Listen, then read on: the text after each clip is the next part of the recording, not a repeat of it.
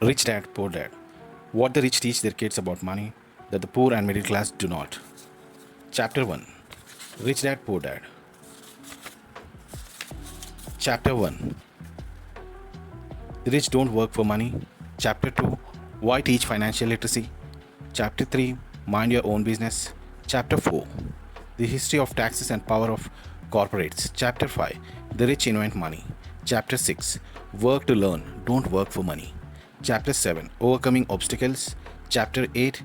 Getting started. Chapter 9. Still want more? Here are some to-dos. Final thoughts. Rich Dad Introduction. Rich Dad, Poor Dad. Having two dads offered me the choice of contrasting points of view, one of a rich man and one of a poor man. I had two fathers, a rich one and a poor one.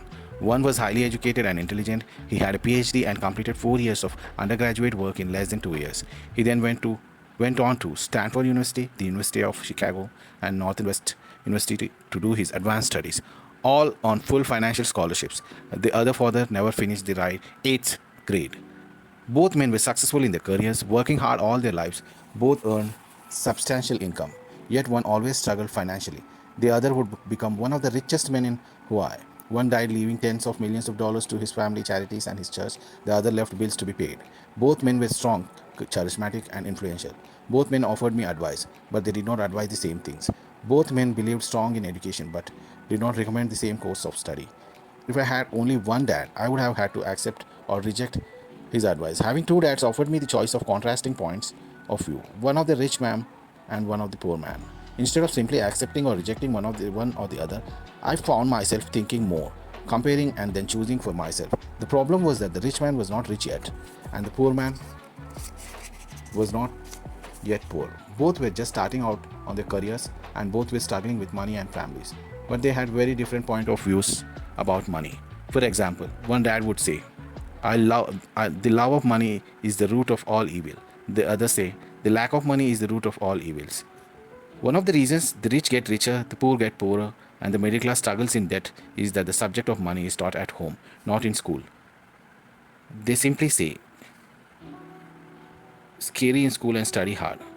Stay in school and study hard. The child may graduate with excellent grades but with a poor financial programming and mindset. Sadly, money is not taught in school. School focus on scholastic and professional skills, but not on financial skills. This explains how smart bankers, doctors, and accountants who earned excellent grades may struggle financially all of their lives. Our staggering national debt is due to the large part of highly educated politicians and government officials making financial decisions with little or no training in the subject of money.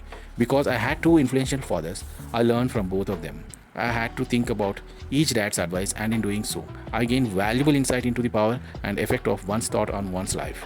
For example, one dad had a habit of saying, "I can't afford it." The other dad forbade those words to be used. He insisted I ask, "How can I afford it?" One is a statement, the other is a question. I can't afford it, your brain stops working. By asking the question, how can I afford it, your brain is put to work. He did not mean that you should buy everything you want. He was fanatical about exercising your mind. The most powerful computer in the world, he do say, my brain gets stronger every day because I exercise it. The stronger it gets, the more money I can make. He believed that automatically saying I can't afford it was a sign of mental laziness.